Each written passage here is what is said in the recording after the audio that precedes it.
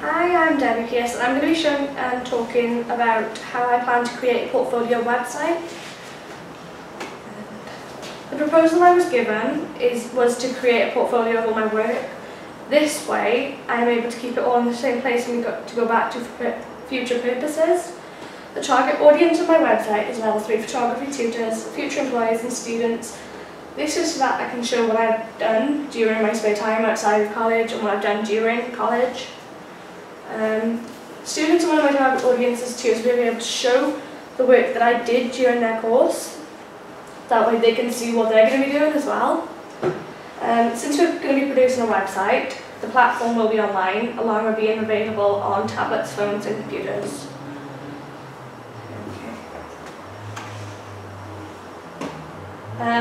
To plan out what I wanted to be on the website, I created a mood board featuring everything that I thought represented the website.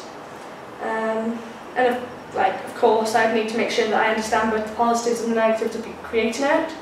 That way, by having this, I can do that. But after I did that, just so I had it written down, the positives and negatives, I did a SWOT analysis that looked about like that. That way, as I go along, I can see the weaknesses, see if I'm going towards them. Then with the strengths, I can see if they're improving or if I'm doing them. That's that one. Then after I had all the threats and positives of making a website sorted and I knew what to expect making it, I decided to give out a questionnaire to see what others thought of the website and what they thought could be a positive and negative of it. So I gave out a questionnaire to family, friends, classmates, asking them if they thought that making an online portfolio for myself to showcase my work for future employers was a good idea. Overall, the majority of the people I asked actually agreed that it was a good idea, as it would help to gain a name as well as getting a job.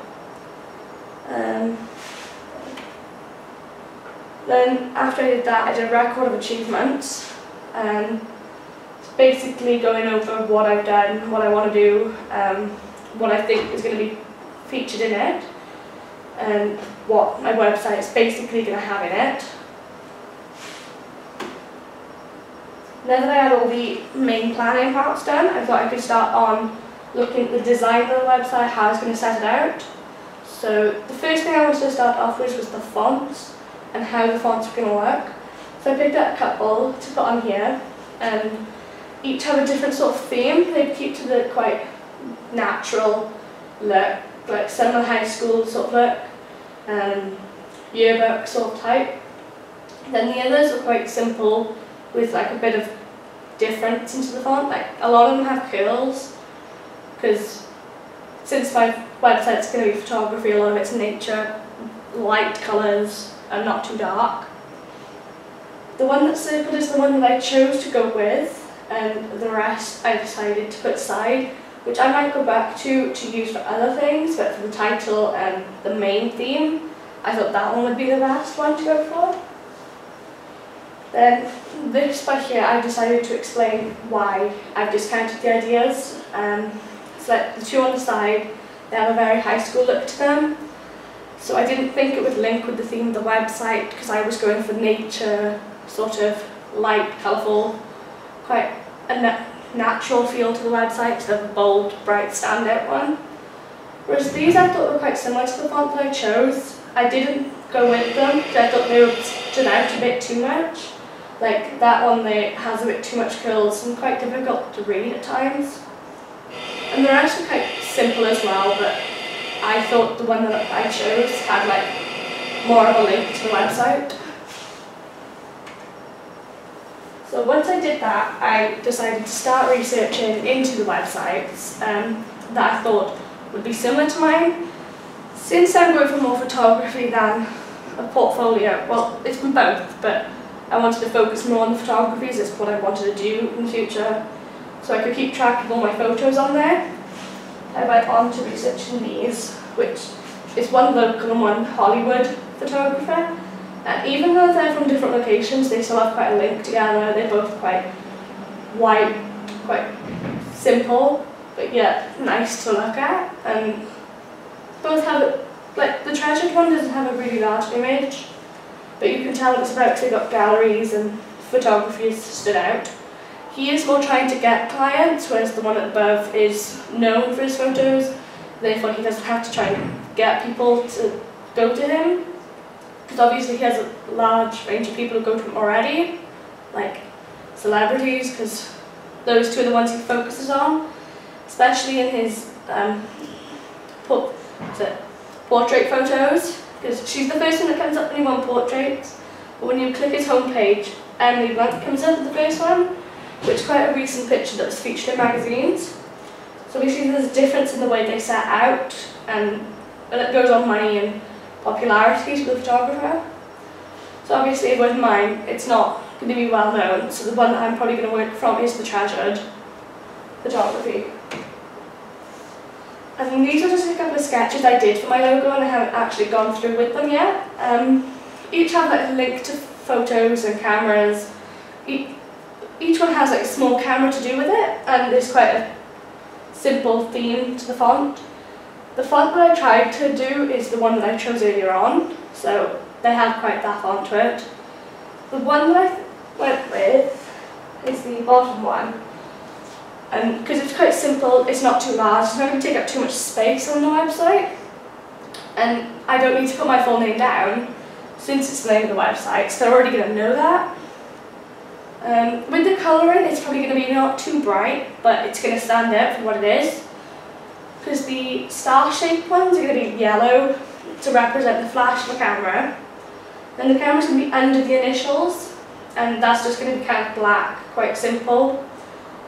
The initials is probably going to stay black as well to stand out against the yellow, but that's just going to go on the corner of images that I do, like as a little trademark to them, just so people can't do it. So it's like copyrighting the images to stop others from taking them and using them, and it also gives myself a sign, a signature, for instance. Even though I'm still planning the website, I have started it to see how it looks.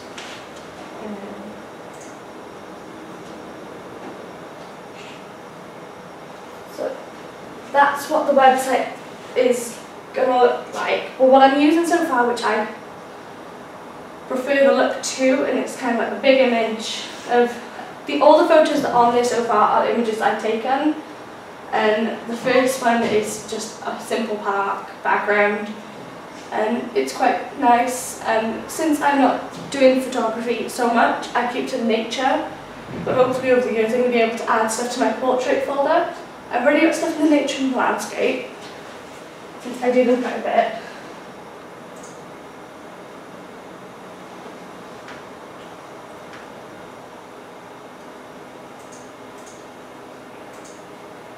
When you move the images, you have to click them, and it'll come up with the next image, and you can view them all that way, because I thought it would be different from just the plain gallery one after the other image.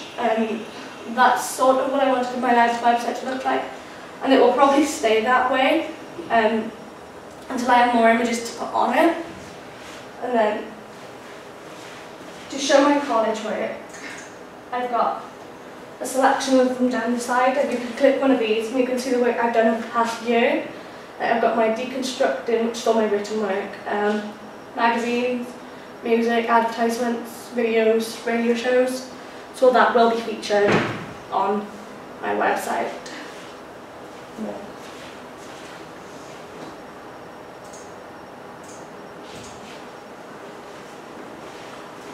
To end, I just want to make sure everyone was aware that I am aware of libel being defamation of character in print. If I'm not writing anything that will show others in a bad light, this website is about my achievements. I've made it to display my work that I've created, and I'm not creating a moving image piece, even though there is one featured in it. Therefore, sound will not come into play because the video is just an advertisement, and the other one is a documentary, and there's nothing in there that goes against people or talks in a bad light. So. And thank you for listening.